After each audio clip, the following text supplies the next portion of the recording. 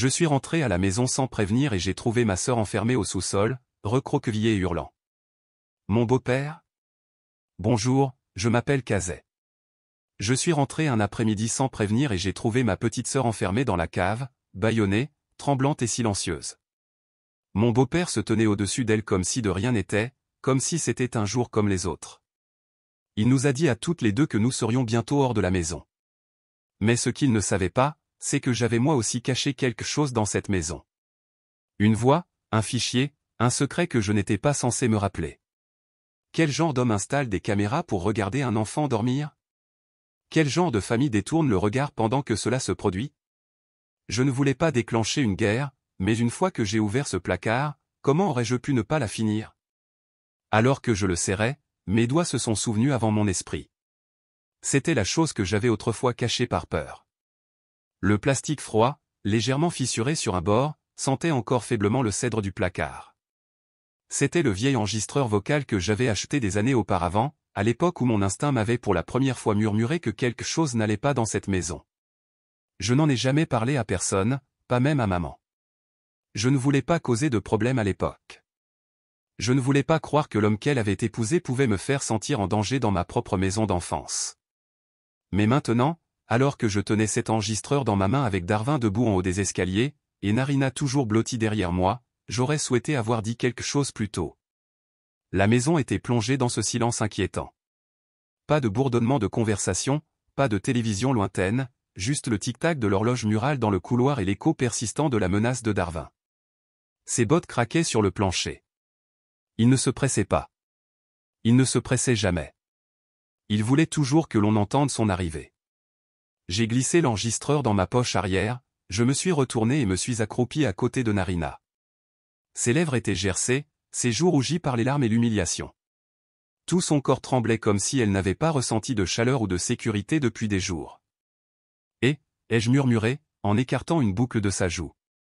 C'est moi. Tu es en sécurité maintenant. D'accord. Ses lèvres ont bougé, à peine. Aucun son. Ses yeux se sont dirigés vers la cage d'escalier. Elle ne pouvait même pas me regarder.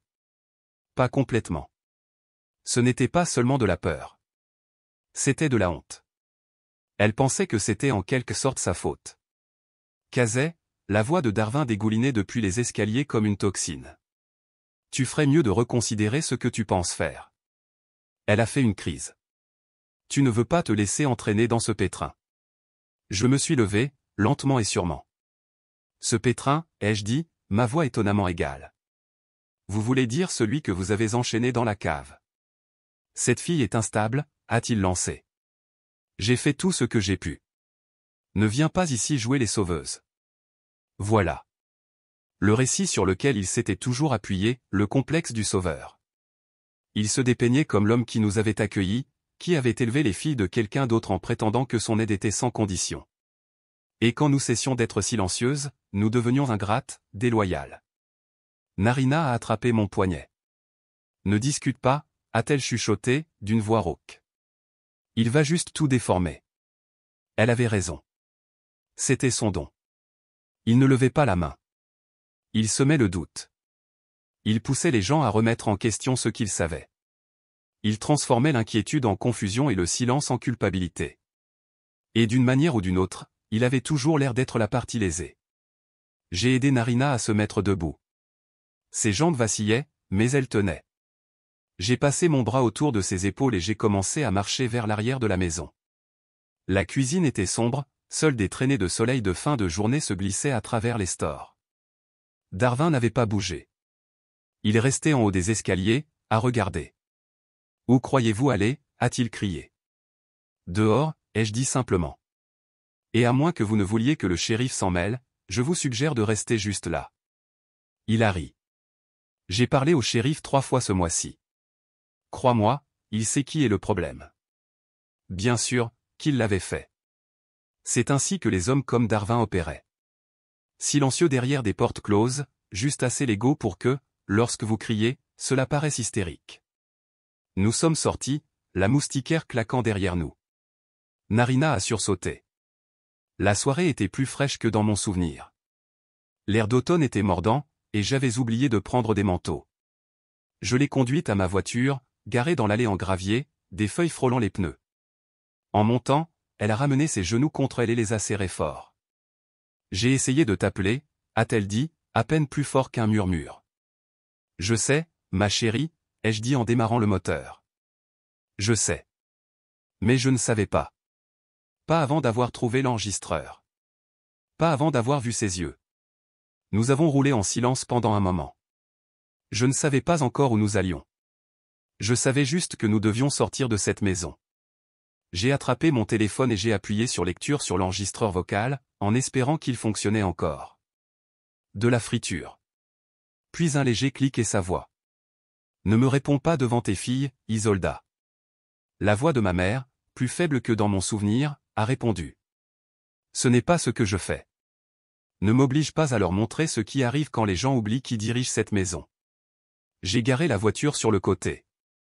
Mes mains tremblaient, mais pas de peur, de fureur. Narina m'a regardé, les yeux écarquillés. C'était. Oui. J'ai hoché la tête. C'était lui, il y a des années. Je l'ai enregistré quand j'avais ton âge. Pourquoi n'as-tu rien dit? Parce que j'avais peur. Parce que je me disais que ce n'était pas si grave. Parce que je pensais que personne ne me croirait. Parce que maman souriait en public et pleurait dans la salle de bain, mais je n'ai rien dit de tout cela. J'ai juste tendu la main et pris la sienne parce que je ne savais pas ce que je sais maintenant. Nous nous sommes rendus dans un motel en périphérie de la ville, un de ces endroits avec des rideaux poussiéreux et de la vieille moquette. Mais la femme à la réception n'a pas posé de questions. Elle nous a remis la clé, a souri à Narina et nous a offert des sachets de chocolat chaud. Cela semblait être une petite gentillesse dans un monde devenu hostile. Dans la chambre, j'ai aidé Narina à se mettre au lit. Elle s'est immédiatement recroquevillée, ses doigts agrippés au bord de l'oreiller comme si c'était la seule chose solide dans sa vie. Je n'ai pas dormi. Je me suis assise sur la chaise près de la fenêtre, l'enregistreur sur la table de chevet, la voix de ma mère résonnant dans mon esprit. Il a fait tout ce qu'il a pu. Elle est instable. J'ai parlé au shérif 3 fois. Non, pas cette fois. Cette fois, j'écoutais. Mon pouce planait au-dessus du bouton d'appel. Puis j'ai regardé Narina et j'ai appuyé sur enregistrer à la place. Je ne savais pas encore ce que j'allais dire ni à qui je l'enverrais, mais je devais commencer à laisser des miettes de pain. Si quelque chose nous arrivait, je voulais une piste qui ne commencerait pas avec la version de la vérité de Darwin. Narina était blottie sous la couverture du motel, les yeux mi-clos, mais me regardant toujours. Elle n'avait pas demandé où nous allions plus tôt, et je n'avais pas offert beaucoup d'explications. Elle avait juste suivi. Elle l'avait toujours fait. Je me suis assise sur le bord du lit et j'ai jeté un coup d'œil à l'horloge sur la table de chevet. Il était à peine plus de 19 heures, mais le ciel dehors était devenu d'un bleu boueux, et l'air à l'intérieur semblait lourd, comme si chaque molécule savait qu'elle devait porter un poids qui ne lui appartenait pas. J'ai sorti l'enregistreur vocal de ma poche. Il avait encore une légère égratignure là où je me souviens l'avoir fait tomber une fois dans la cuisine lors d'un dîner de fête il y a longtemps. Je l'ai allumé. Un bip doux a confirmé qu'il était vivant. Ce bip semblait plus fort que tout le discours de Darwin plus tôt. Je l'ai tourné dans mes mains, me rappelant le jour où je l'avais acheté. J'avais peut-être 22 ans, encore à l'université. J'étais rentré pour Thanksgiving. À l'époque, Darwin n'avait pas été aussi audacieux, mais quelque chose dans son ton m'avait toujours dérangé. Quelque chose de trop mesuré, de trop poli, comme quelqu'un qui essaie trop fort de paraître normal. Ce soir-là, après le dîner, j'ai enregistré une conversation où il menaçait maman à propos d'un retrait bancaire. Elle a minimisé la chose, a dit qu'il était juste stressé. Mais même à l'époque, j'en savais plus. Je n'en ai jamais parlé à personne. Je ne voulais pas être la fille qui mettait toujours le feu aux poudres. Maintenant, je savais que j'aurais dû mettre le feu plus fort. Narina a bougé sous la couverture. J'ai mal à la tête. Il t'a donné quelque chose aujourd'hui, ai-je demandé. Elle a cligné des yeux, ne sachant pas si elle devait répondre. C'est juste moi maintenant, d'accord, ai-je dit doucement. Personne ne regarde. Tu n'as plus à le protéger. Elle a hoché la tête lentement, puis a dit, il me fait prendre ces petites pilules blanches, parfois écrasées dans du jus d'orange. D'autres fois, il dit que ce sont des vitamines, mais je sais que ce n'est pas le cas. Je me sens planante après, comme si je n'étais pas à l'intérieur de moi-même. J'ai expiré par le nez, essayant de ne pas laisser la chaleur dans ma poitrine monter à ma gorge. Où sont-elles maintenant? Dans mon tiroir à chaussettes à la maison. Tu te souviens de ce que dit le flacon? Elle a hésité. Ce n'est pas mon nom dessus. Cela m'a arrêté net. Tu veux dire que c'est prescrit à quelqu'un d'autre? Elle a de nouveau hoché la tête, bougeant à peine. J'ai sorti mon ordinateur portable de mon sac de sport et j'ai commencé à chercher des identifiants de médicaments en fonction de sa description. Mes doigts volaient sur le clavier pendant que Narina restait immobile, me regardant comme si elle n'était pas sûre si c'était un rêve ou un sauvetage. La pilule qu'elle décrivait était un antipsychotique à haute dose, généralement prescrit pour des cas graves. Pas quelque chose qu'un enfant devrait prendre, pas sans un diagnostic complet, pas sans consentement. Il l'avait droguée pour la faire taire, pour la faire douter de ses propres souvenirs, pour se donner des munitions si elle parlait un jour à quelqu'un. Je me suis levé trop vite, heurtant le coin de la chaise. J'ai fait quelques pas, puis je me suis arrêté. Mes mains tremblaient à nouveau. Cette fois, pas de peur, mais de rage. Le genre qui vient quand chaque instinct que vous avez ignoré crie soudain, tu aurais dû savoir. Je me suis rassise, j'ai ouvert une nouvelle note sur mon téléphone et j'ai commencé à taper une chronologie, date, nom, incident. Tout ce dont je pouvais me souvenir, tout ce que Narina pouvait offrir. Kazé, a-t-elle murmuré. Ils ne me croiront pas. J'ai fait une pause, je l'ai regardé. Pourquoi pas? Parce que je crie parfois à l'école, ou je pleure sans raison. Et il leur dit que je ne suis pas stable. Il a dit à mon professeur que j'invente des choses. Et tu sais quoi, ai-je dit, en frôlant ses jointures avec les miennes. Les gens crient quand ils ne sont pas en sécurité. Ce n'est pas de la folie. C'est de la survie. Elle n'a pas souri, mais elle n'a pas non plus détourné le regard.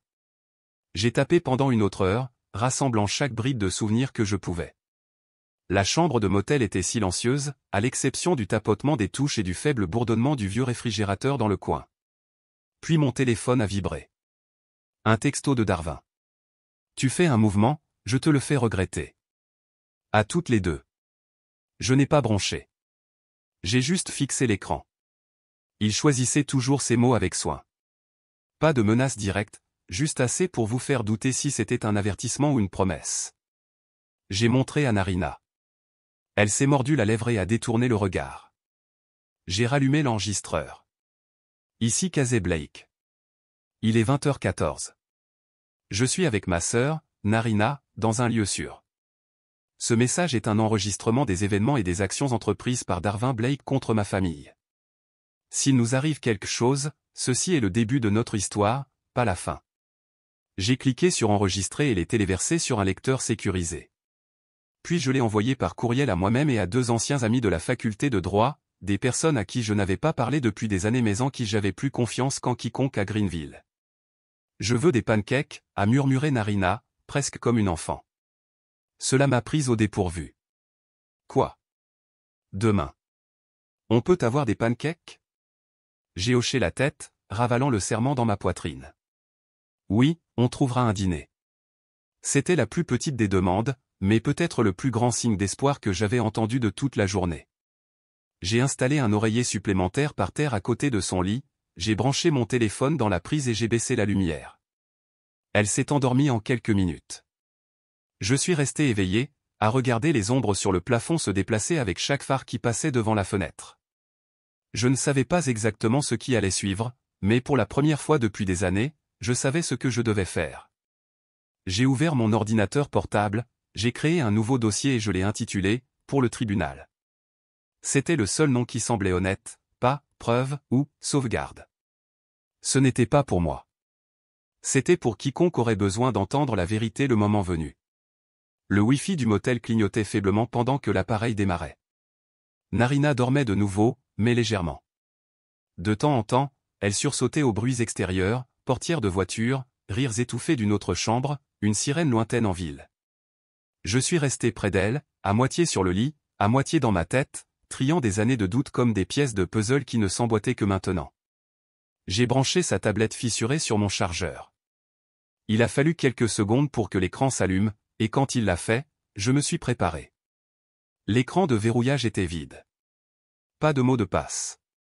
Cela semblait trop facile, comme franchir une porte dont je n'étais pas censé connaître l'existence. Mais quand j'ai tapé sur l'icône des messages, mon cœur a cogné contre mes côtes. Il y avait des dizaines, peut-être plus, de textos inachevés, de brouillons, de phrases qui s'interrompaient comme si elle avait eu peur en plein milieu de la frappe. J'ai fait défiler.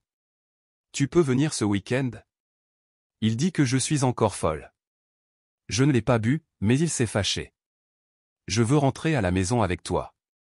Aucun d'entre eux n'avait été envoyé. Chaque message était horodaté mais marqué « non envoyé ». Ce n'était pas qu'elle avait oublié. Elle avait essayé. Elle avait tendu la main vers moi. Vers n'importe qui. Puis j'ai remarqué quelque chose en bas du menu des paramètres. Une icône de synchronisation. Elle menait à un appareil distant listé comme « miroir de sécurité parentale ». Un programme dont j'avais vu la publicité une fois, commercialisé comme un moyen pour les tuteurs de surveiller l'activité numérique des mineurs. Sauf que ce n'était pas de l'éducation. C'était de la surveillance.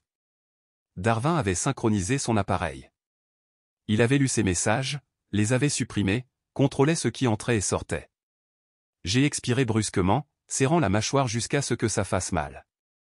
Ce n'était pas seulement de la manipulation. C'était du musellement. J'ai ouvert une application de notes et j'ai commencé à copier des captures d'écran, créant un journal horodaté. Je les ai ajoutées au dossier, pour le tribunal, en les organisant par date. Chaque image était un cri que personne n'avait entendu. Puis quelque chose a attiré mon attention, un fichier dans le dossier de courriel de l'école.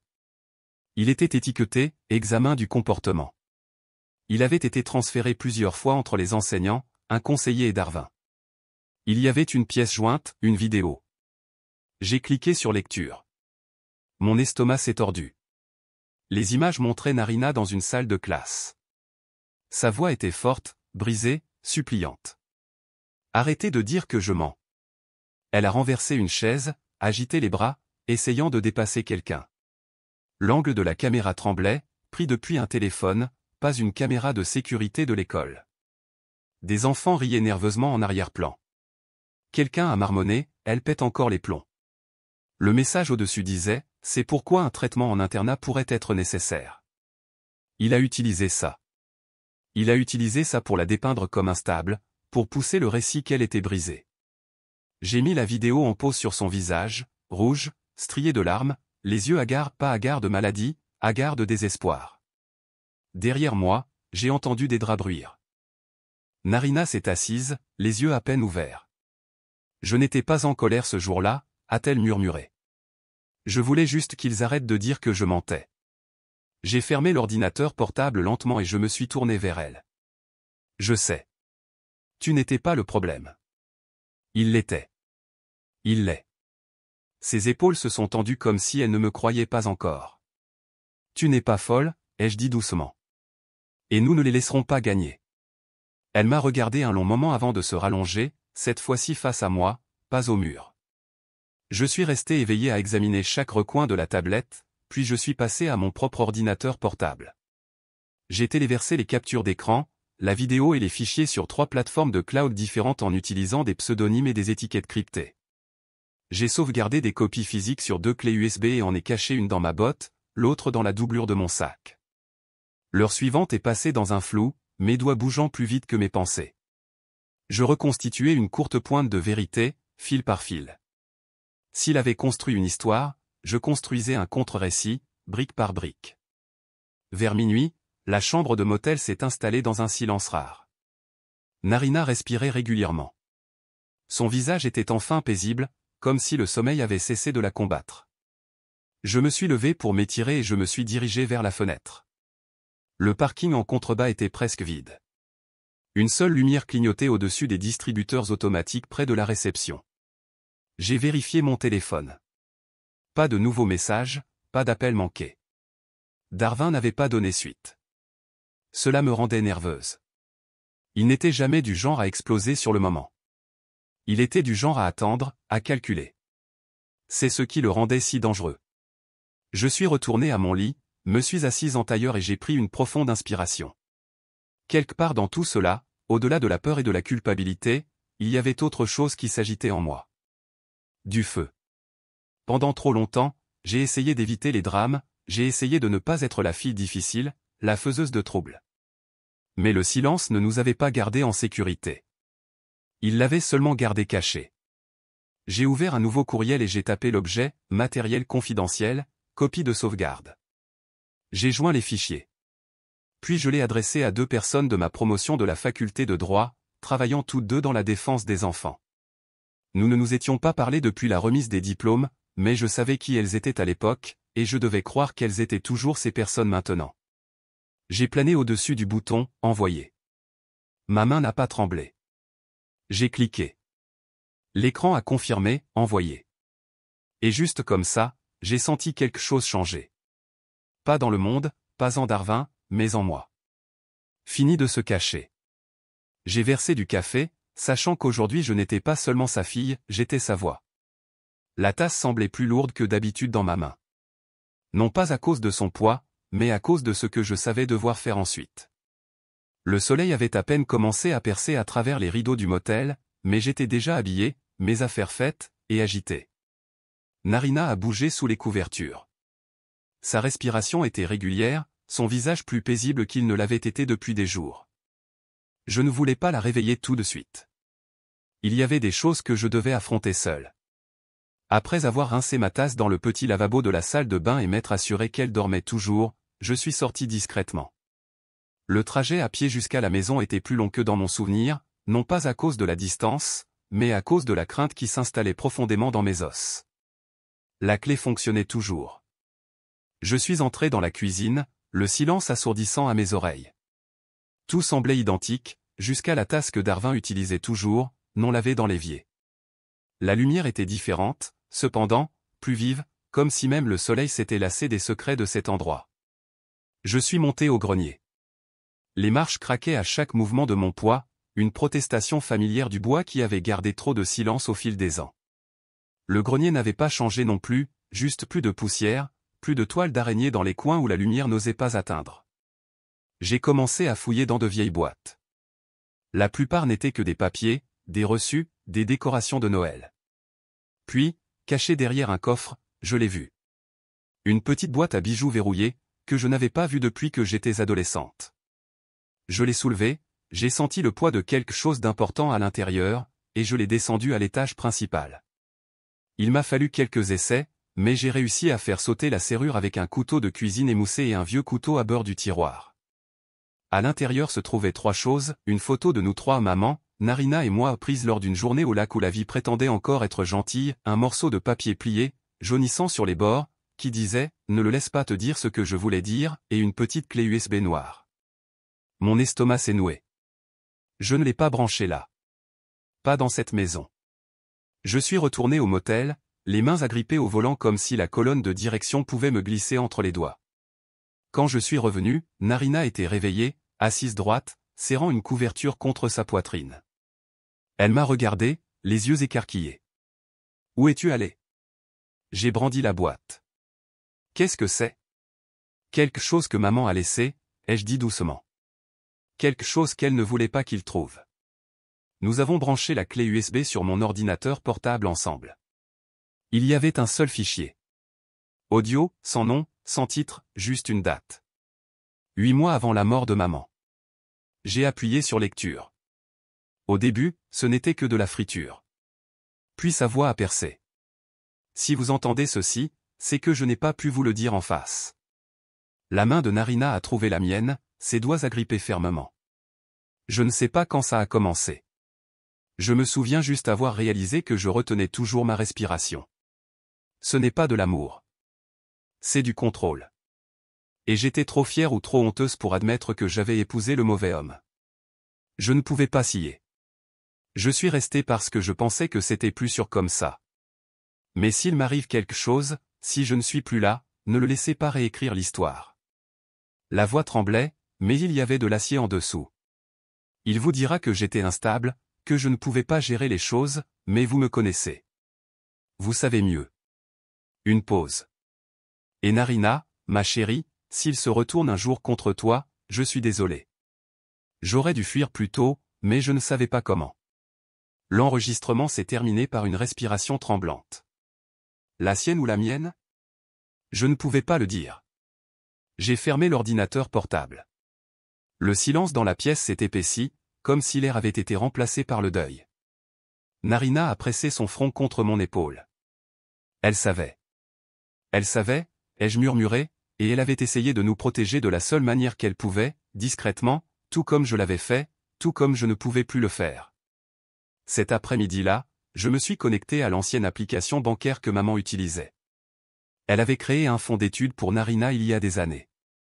Ce n'était pas grand-chose, mais elle y contribuait chaque mois. Le compte était vide. L'historique des transactions montrait un grand retrait 6 mois après la mort de maman. Il avait été redirigé vers une société à responsabilité limitée au nom de Darwin. Même pas bien caché, juste enterré dans la confiance que personne ne regarderait. Vol légal. C'est comme ça qu'ils appelaient ça. Mais j'en savais plus. C'était une profanation. Narina était assise à côté de moi, observant mon visage pendant que je reconstituais le puzzle. C'était pour son entreprise, a-t-elle demandé. Une société écran, ai-je marmonné. Il a appelé ça consolidation de succession. Il a volé ton avenir, Narina. Comme il a volé la paix de maman. Nous avons imprimé les relevés, surligné les transactions clés et les avons ajoutées au dossier. Je me suis de nouveau enregistré, narrant ce que j'avais trouvé. Ce soir-là, en lui brossant les cheveux devant le miroir, Narina m'a demandé, « Tu penses qu'elle savait que tu reviendrais ?» J'ai fait une pause, prise dans le reflet du miroir. Je pense, ai-je dit lentement, qu'elle a laissé les miettes de pain, sachant que je les suivrais. Nous n'avons pas beaucoup dormi cette nuit-là, mais nous avons dormi proche. Elle a finalement cessé de se réveiller en panique. J'ai finalement cessé de sursauter à chaque craquement dans le couloir. Et le matin, quand j'ai de nouveau versé du café, j'ai réalisé que quelque chose avait changé. Je n'attendais plus d'être secouru. Je devenais celle qui secourt. Cette nuit-là, le silence dans la maison n'était pas la paix. C'était l'espace avant la guerre. Le genre d'immobilité où l'on sait que la tempête arrive. Et ce n'est pas une question de si, mais de quand. Je me suis réveillé tôt, même avant le réveil que je n'avais pas réglé. L'air du motel était vicié, mais quelque chose à son sujet semblait encore plus propre que la maison que nous avions fui. Narina dormait toujours, recroquevillée sur le côté, les bras enroulés autour de son oreiller comme s'il pouvait s'envoler si elle le lâchait. Je lui ai laissé un mot sur la table de chevet, un gribouillage rapide, de retour bientôt. N'ouvre la porte à personne d'autre que moi. Je ne suis pas retourné directement en voiture. Je me suis garé au bout de la rue de la maison et j'ai fait le reste du chemin à pied. Le vent était plus vif ce matin-là, transportant avec lui l'odeur des feuilles humides et quelque chose de plus lourd, des choses non dites enfouies dans de vieux planchers. En approchant, j'ai vu Madame Concinquède, de 2 portes plus loin, debout sur son porche avec une tasse de café. Elle l'a légèrement levé quand elle m'a vu, son expression indéchiffrable, puis a fait un geste vers une enveloppe Kraft posée à côté de ses pots de fleurs. « Je voulais vous donner ça depuis un moment », a-t-elle dit sans préambule. Je ne voulais pas l'envoyer par la poste. Qu'est-ce que c'est? Vous verrez. J'ai ouvert le rabat et j'ai sorti une clé USB. Elle a ajouté, caméra de sécurité de mon Porsche arrière. Du printemps dernier. Je n'ai pas demandé comment elle savait ce dont j'avais besoin. Certaines choses ne nécessitent pas d'explication. De retour à la maison, j'ai attendu d'être à l'intérieur, la porte verrouillée derrière moi, les rideaux tirés, avant de la brancher sur mon ordinateur portable. Les images dataient de 2 semaines avant la mort de maman. La caméra captait un bout du balcon à l'étage, juste assez pour voir des formes. Ce n'était pas parfait, mais c'était suffisant. Darwin et maman se disputaient, sa voix basse, la sienne plus haute, frénétique. Il a attrapé son bras. Il y a eu une embardée, un flou, puis l'enregistrement s'est coupé. Pas de preuve irréfutable, mais cela recadrait tout. Pas d'accident, juste une autre chute que personne n'a pris la peine de remettre en question parce que l'homme au centre savait comment parler calmement quand il le fallait. Je suis resté assise là pendant 1 minute entière, les poings serrés sur mes genoux, respirant comme si je venais de courir 5 pâtés de maison. Puis je me suis levé, j'ai attrapé mon sac et je suis allé dans le couloir jusqu'à la chambre d'amis que j'utilisais. Quelque chose n'allait pas. Le détecteur de fumée au plafond avait une petite lumière clignotante que je n'avais pas remarquée auparavant, pas le rouge habituel, mais bleu. J'ai approché une chaise, je suis monté dessus et j'ai dévissé le couvercle. À l'intérieur, niché derrière le câblage habituel, se trouvait une lentille de la taille d'une épingle, une caméra, non activée par le mouvement, un flux en direct. Mon estomac s'est retourné. Il m'avait observé. Chaque soir où je me changeais, chaque fois que je chuchotais à Narina, chaque fichier que je tapais sur cet ordinateur portable dans la fausse sécurité de cette pièce, il voyait tout. J'ai arraché l'appareil et l'ai jeté contre le mur. Il s'est fissuré à l'impact, des morceaux se dispersant comme des vérités fragiles. Je n'ai pas crié. Je n'ai pas pleuré. Je suis allé à la cuisine à la place. Darwin est entré du jardin juste au moment où je me versais un verre d'eau.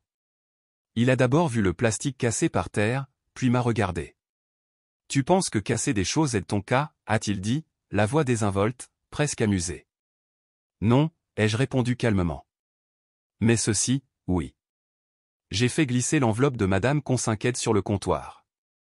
Image de sécurité d'un voisin. Toi et maman sur le balcon, 2 semaines avant sa chute. Sa mâchoire s'est légèrement crispée. « Tu n'as rien ?» a-t-il dit, l'amusement dans son ton s'amincissant. J'ai assez. Il s'est appuyé contre le cadre de la porte. Tu penses que quelqu'un va te croire plutôt que moi? J'habite ici depuis 20 ans, j'ai payé mes impôts, j'ai fait des dons aux pompiers, j'ai siégé au conseil de l'association des propriétaires. J'ai souri.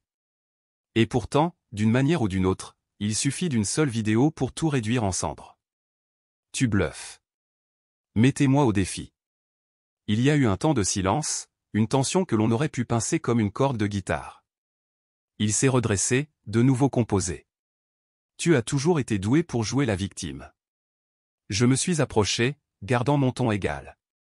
Et tu as toujours été doué pour habiller la violence d'un costume et d'un sourire. Il a ouvert la bouche, mais je l'ai coupé. Si jamais tu m'enregistres ou Narina de nouveau, si tu nous regardes ne serait-ce que de travers, je prendrai tout ce que tu as construit et le transformerai en cendres. Ne teste pas jusqu'où je suis prêt à aller. Il m'a regardé, et pour la première fois, j'ai vu quelque chose se fissurer derrière ses yeux.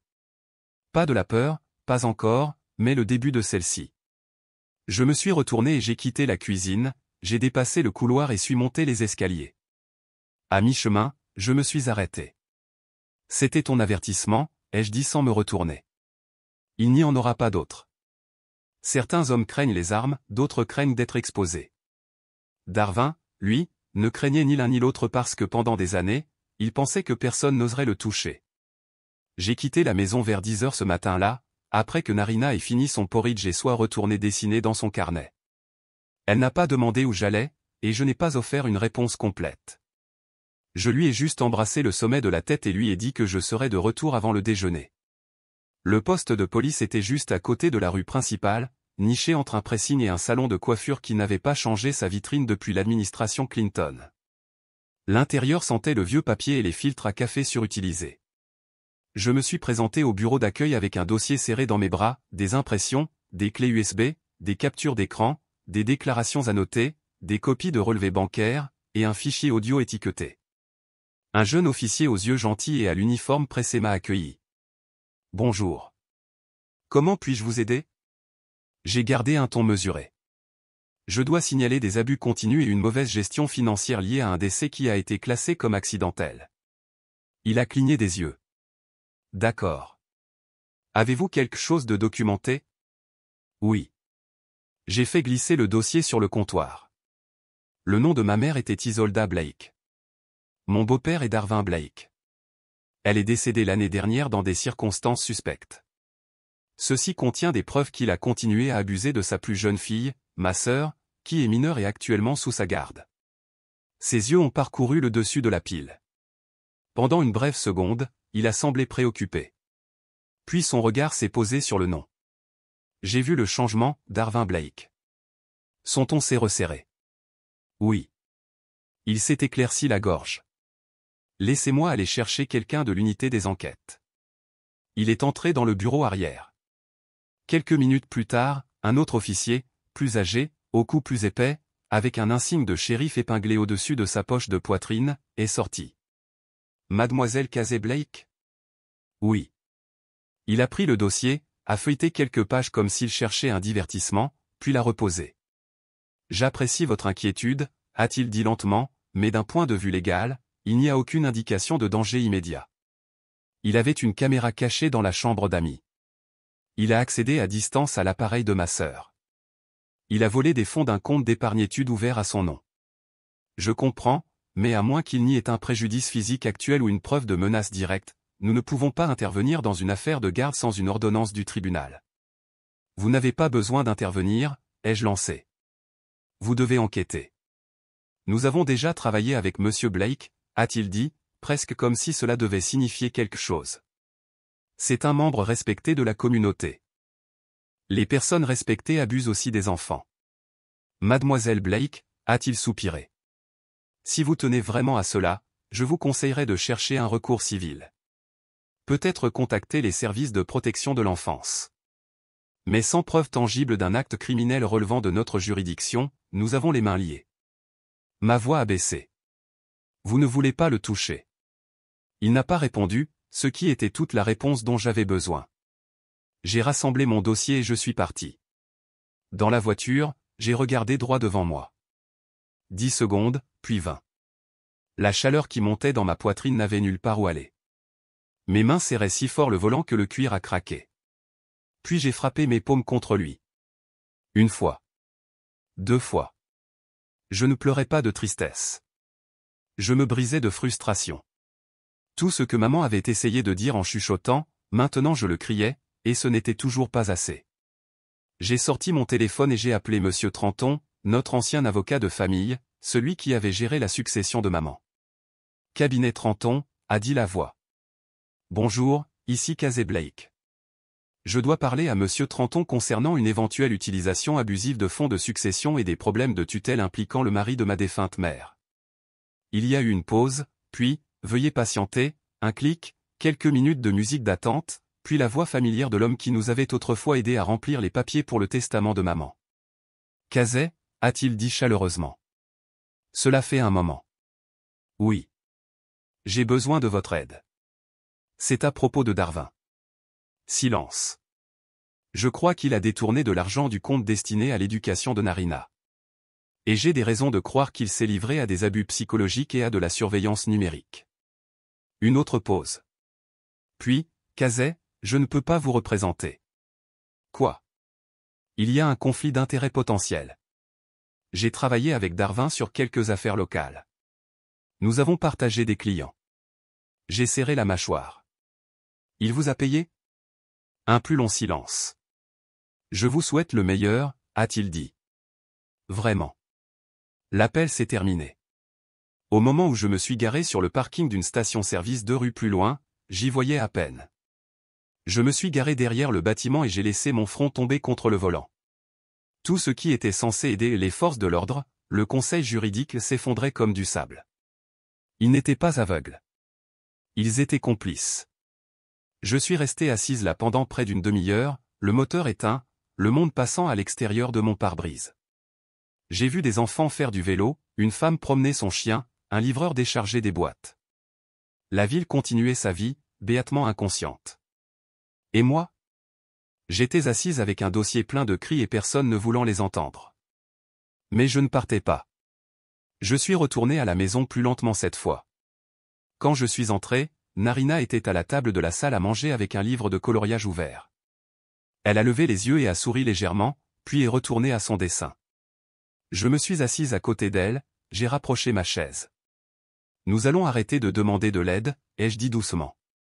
Elle a fait une pause, son crayon en suspens. Il est temps que nous nous aidions nous-mêmes. Je suis allé au placard du couloir et j'ai sorti un grand classeur que j'avais commencé quelques nuits auparavant. Je l'ai posé sur la table. Journal de guerre, ai-je dit en tapotant la couverture. Narina a cligné des yeux. Sommes-nous en guerre? Oui, j'ai hoché la tête. Mais nous allons nous battre plus intelligemment qu'ils ne l'ont jamais imaginé. Ce soir-là après le dîner, des spaghettis nature et du pain à l'ail congelé, je me suis assise dans ma chambre avec la porte verrouillée.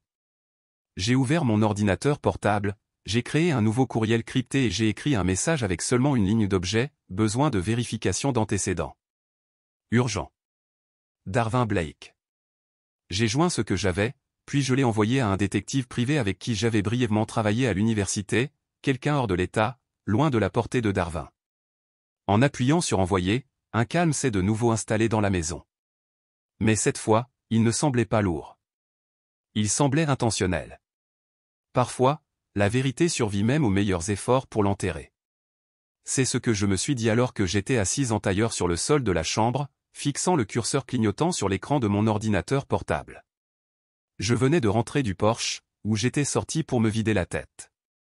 L'air était frais, du genre qui porte le poids de trop de choses non dites. Le même air que ma mère avait autrefois respiré seule avant de tomber ou d'être poussée.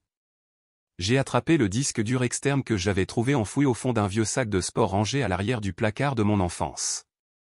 Il était couvert de poussière, l'étiquette à moitié décollée, mais lorsque je l'ai branché, l'ordinateur l'a reconnu instantanément. Une fenêtre s'est ouverte. Sauvegarde initialisée. Dernière mise à jour, il y a 18 mois. Mon souffle s'est coupé. Ce n'était pas seulement des photos de famille et des dossiers fiscaux. C'était tout ce que j'avais perdu. Tout ce que Darwin pensait avoir effacé du cloud. Chaque document, chaque clip audio, chaque note scannée, même le dossier intitulé « Au cas où » maman avait sauvegardé des transcriptions de courriels, des relevés bancaires et ses propres notes tapées, certaines datant de quelques semaines avant sa mort. J'ai passé les 3 heures suivantes à tout cataloguer, l'organisant dans une nouvelle partition cachée sur mon disque. Je n'ai pas parlé.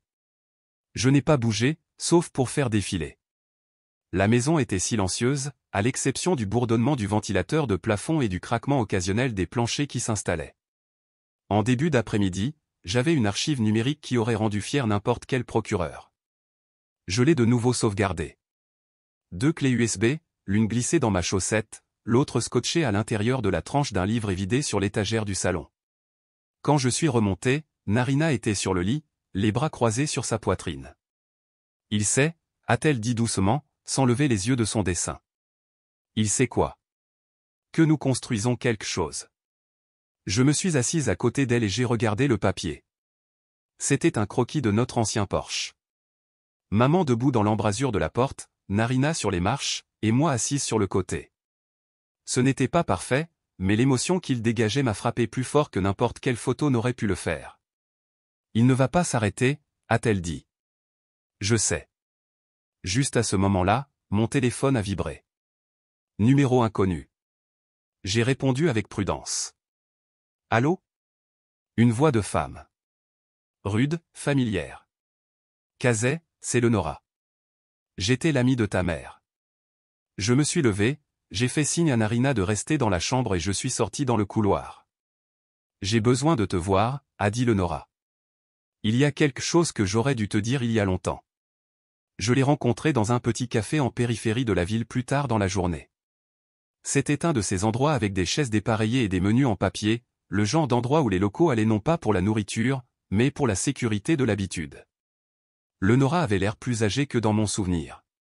Plus mince, comme si le temps l'avait usée de manière inégale. Elle n'a rien commandé, a juste joint ses mains sur la table et m'a regardé longuement avant de parler. Ta mère voulait le quitter. Je sais, ai-je dit. Non, Kazé. Elle l'avait planifié. Elle avait des documents, un box de stockage, même un billet d'avion. Phoenix. Elle allait prendre Narina et disparaître. J'ai cligné des yeux. Alors pourquoi ne l'a-t-elle pas fait? Il l'a découvert, a-t-elle murmuré, sa voix se brisant. Et il l'a menacé. Menacé comment? Il a dit qu'il avait une copie de son dossier médical de quand elle était plus jeune, des notes postpartum après ta naissance, et il a déterré une vieille erreur financière qu'elle avait commise quand tu étais petite. Rien de grave, juste, elle avait falsifié quelques documents pour obtenir une aide à la garde d'enfants quand elle était entre 2 emplois. Je me suis reculé. Il lui a dit qu'il lui enlèverait Narina, qu'elle serait dépeinte comme instable, une fraudeuse. Il a dit qu'aucun juge ne ferait confiance à une femme avec un tel passé. J'ai serré les lèvres. Alors elle est restée. Elle a choisi de se taire parce que vous perdre, vous deux, ça lui faisait plus peur que tout. Lenora a alors détourné le regard, ses yeux brillants mais secs. J'aurais dû dire quelque chose plus tôt. C'est juste que, je ne voulais pas qu'il s'en prenne à moi aussi. J'ai hoché la tête. Je ne pouvais pas la blâmer. Darwin avait bâti sa vie sur la peur, les menaces silencieuses, une pression que personne ne pouvait voir avant d'être déjà en train d'étouffer. De retour à la maison, je ne l'ai pas dit à Narina tout de suite. J'avais besoin de temps pour digérer ce que j'avais appris. J'avais besoin de sentir le poids de cela sans m'effondrer. Cette nuit-là, après que Narina se soit endormie, je me suis assise dans le salon et j'ai de nouveau ouvert le disque. J'ai joué l'un des mémos vocaux de maman, celui-ci enfoui dans un dossier intitulé « Juin ». S'il arrive quoi que ce soit, je veux juste que vous sachiez que j'ai essayé. Dieu sait que j'ai essayé. J'ai fermé les yeux. Elle nous a protégés en se détruisant. Et il gagnait depuis trop longtemps. Plus maintenant. Parfois, la justice commence avec une seule voix et devient un cœur. Le matin de l'audience, le ciel au-dessus de Greenville était bas et gris. Une brume persistante s'accrochait aux rues, embuant les vitres des voitures et assourdissant chaque son. C'était comme si la ville elle-même retenait son souffle.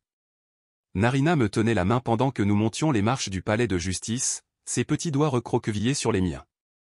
Elle portait son manteau bleu marine préféré et serrait la vieille photo de maman à l'intérieur de sa manche.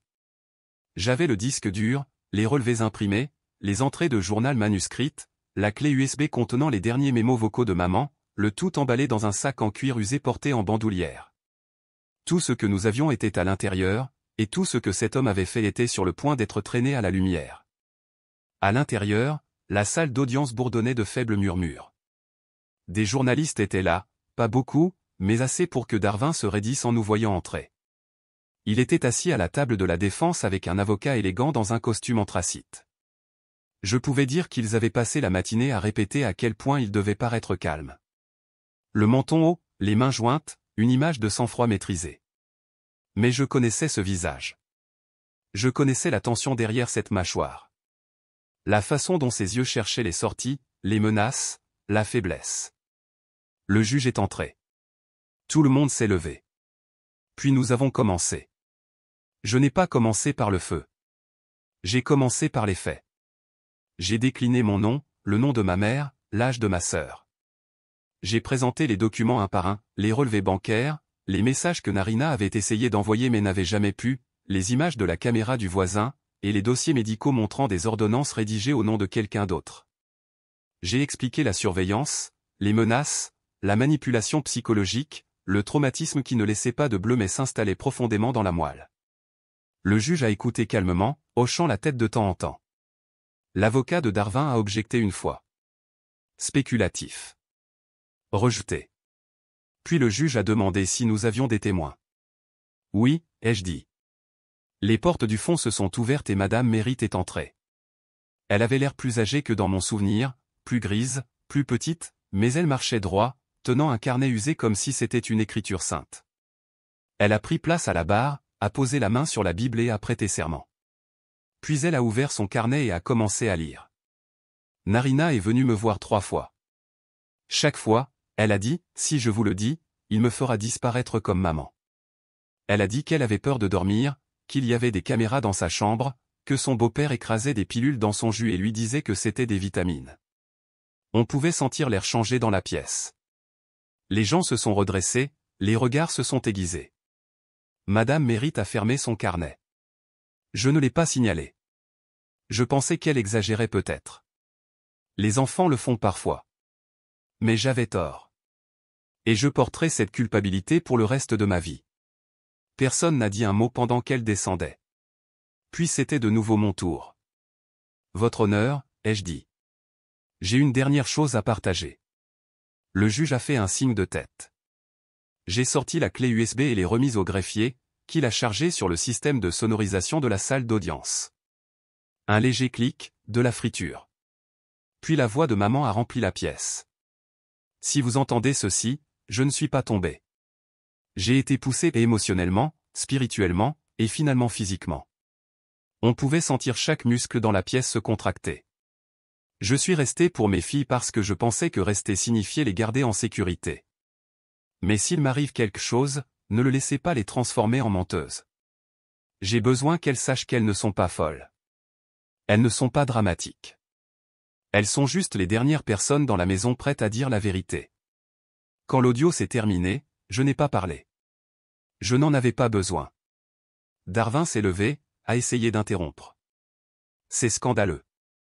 Asseyez-vous, a dit le juge, d'une voix ferme et basse. L'avocat lui a murmuré quelque chose. Il s'est assis. Le juge s'est penché en avant. J'ordonne une enquête complète sur les avoirs commerciaux de Monsieur Blake, les accords de tutelle et sa conduite personnelle concernant Mademoiselle Narina Blake. Avec effet immédiat, tout contrôle financier sur les biens de l'enfant est gelé.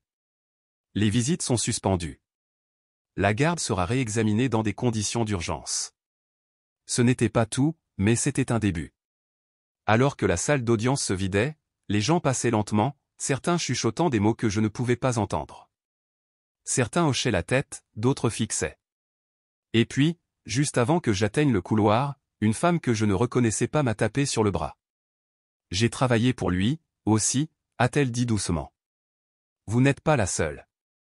Je l'ai regardé une seconde, puis j'ai hoché la tête. Nous n'avons rien dit d'autre. Nous n'en avions pas besoin, car la justice ne rugit pas toujours. Parfois, elle se construit un murmure à la fois. Parfois, la justice commence avec une seule voix et devient un chœur. Et parfois, même ce chœur résonne dans une maison silencieuse pendant des jours avant que vous ne croyiez que c'est réel. Une semaine s'était écoulée depuis l'audience. Cela ne semblait toujours pas définitif. Pas comme dans les films. Pas de coups de marteau, pas de menottes, pas d'alerte d'actualité. Juste le temps qui avançait, mesuré par la paperasse et l'attente. Darwin n'avait pas été arrêté, pas officiellement, mais la décision du juge tenait. Son accès à Narina était révoqué. Ses finances étaient gelées, en attente d'un audit complet. Les murmures avaient commencé immédiatement, au bureau de poste, dans la file d'attente à la pharmacie. Je les voyais, les têtes tournées, le silence soudain quand il entrait dans une pièce. Cet homme qui se tenait autrefois droit aux réunions du Rotary, qui organisait des barbecues de quartier avec des drapeaux supplémentaires sur la pelouse, était maintenant évité comme une mauvaise odeur. Non pas parce que les gens étaient courageux, mais parce qu'ils le voyaient enfin sans le masque, et cela comptait plus que je ne l'avais prévu. De retour au palais de justice pour une audience de suivi, Narina était assise à côté de moi, les mains rentrées dans les manches de son sweat à capuche. Le même juge présidait, son expression indéchiffrable alors qu'il examinait de nouveaux documents de l'enquêteur que j'avais engagé. Avant de partir, Narina a demandé si elle pouvait s'approcher de l'estrade. Elle a sorti un morceau de papier plié de sa poche, un dessin froissé qu'elle avait porté à travers tout cela. Il était vieux, les bords déchirés, les couleurs fanées. Elle l'a déplié doucement et l'a placé devant le juge. C'était sur notre frigo, a-t-elle dit doucement. Il l'a arraché après la mort de maman. Le juge y a jeté un coup d'œil. Un dessin d'enfant. Narina et moi debout devant notre maison, nous tenant la main. Nos noms gribouillés au-dessus de nos bonshommes allumettes. Un grand arbre à côté de nous. Et derrière la fenêtre, une silhouette souriante aux cheveux longs. C'est maman, a-t-elle dit en montrant du doigt. C'est la seule chose que j'ai gardée. Il n'a pas dit grand-chose, a juste hoché la tête, l'a remercié et a noté quelque chose. En sortant, j'ai baissé les yeux vers elle et j'ai dit, tu n'étais pas obligé de faire ça. Je voulais le faire, a-t-elle répondu. Cette image n'était pas juste du papier. C'était la dernière fois que nous nous sentions comme une famille. De retour à la maison, les choses ne se sont pas magiquement arrangées. La guérison n'est pas arrivée avec un ruban. Je vérifiais encore les serrures 3 fois chaque nuit. Je me figeais encore un peu quand j'entendais des pas inattendus à l'extérieur. Je sursautais encore quand un numéro de téléphone que je ne reconnaissais pas apparaissait sur mon écran. Mais c'est devenu plus facile. Narina dormait plus souvent toute la nuit. Elle riait de nouveau devant les dessins animés. Ces dessins ont changé. Moins de gris, plus de ciel. Un matin, je suis entré dans la cuisine et je l'ai trouvé en train de mettre un nouveau morceau de papier sur le frigo. Pas un dessin cette fois, mais un pense-bête. Il disait, nous sommes toujours là. J'en ai pris une photo, je l'ai sauvegardée à 3 endroits. Cette semaine-là, je l'ai inscrite dans une nouvelle école, petite, nichée en bordure de la limite du comté. Calme, pas de rumeur, juste un nouveau départ. À son orientation, une enseignante a regardé son dossier puis m'a regardé. Elle n'a rien dit, mais ses yeux se sont adoucis comme si elle en savait assez, comme si elle comprenait que nous avions toutes les deux porté quelque chose de lourd juste pour arriver là. J'ai rejoint un groupe de soutien, aussi, pour les personnes qui avaient perdu quelqu'un à cause de la violence silencieuse. C'est comme ça que le conseiller l'appelait. La violence sans bleu. Les dommages causés derrière les sourires et les portes closes. À la première réunion, une femme de l'autre côté du cercle s'est penchée après que je me sois présenté. Je vous ai vu au tribunal, a-t-elle murmuré. Merci. J'ai juste hoché la tête. Je n'étais pas là pour des remerciements. J'étais là pour apprendre à ne plus serrer la mâchoire quand quelqu'un disait « tuteur ». Quelques jours plus tard, nous étions assises sur le porche, juste nous deux. Une douce brise poussait les dernières feuilles de l'arbre dans notre nouveau jardin. Narina dessinait à nouveau. Cette fois, une aire de jeu. Des enfants qui rient. Quelqu'un qui se balance trop haut. J'ai ouvert la boîte aux lettres et j'ai trouvé une enveloppe ordinaire. Pas d'adresse de retour. À l'intérieur se trouvait une courte lettre. Grâce à vous, nous ne sommes pas restés silencieux. Merci. Il n'y avait pas de signature, juste ça. Mais je l'ai lue 3 fois avant de la plier et de la glisser dans les pages du vieux journal de maman. Ce soir-là, je me tenais dans notre cuisine en remuant une marmite de soupe pendant que Narina chantait faux sur un jingle publicitaire. J'ai levé les yeux vers le frigo et il était là, le dessin, le même qu'elle avait donné au juge, recollé sur la porte avec un petit changement. Une nouvelle silhouette était dessinée à côté de maman, les bras tendus, un simple sourire. « C'est moi ?» ai-je demandé. Elle a secoué la tête. C'est elle qui nous regarde. J'ai hoché la tête et je suis retourné à la cuisinière. Tout ne guérit pas proprement. Certaines cicatrices restent. Certains souvenirs résonnent. Mais ce n'est pas un échec. C'est vivre. Certaines batailles ne se gagnent pas en criant. Elles se gagnent en survivant assez fort pour être entendues. Toutes les batailles ne laissent pas de bleu. Certaines blessures vivent discrètement derrière des portes closes, à l'intérieur de maisons tranquilles, sous des sourires polis. Mais le silence ne guérit pas ce qu'il cache. Si cette histoire vous a ému, demandez-vous, combien de voix comme celle de Kazé ne sont pas entendues dans votre propre communauté? Laissez un commentaire ci-dessous. Avez-vous déjà été témoin d'une vérité que personne ne croyait? Et si vous croyez que des histoires comme celle-ci méritent d'être entendues, abonnez-vous maintenant pour plus de vérités familiales réelles, brutes, qui exigent d'être racontées.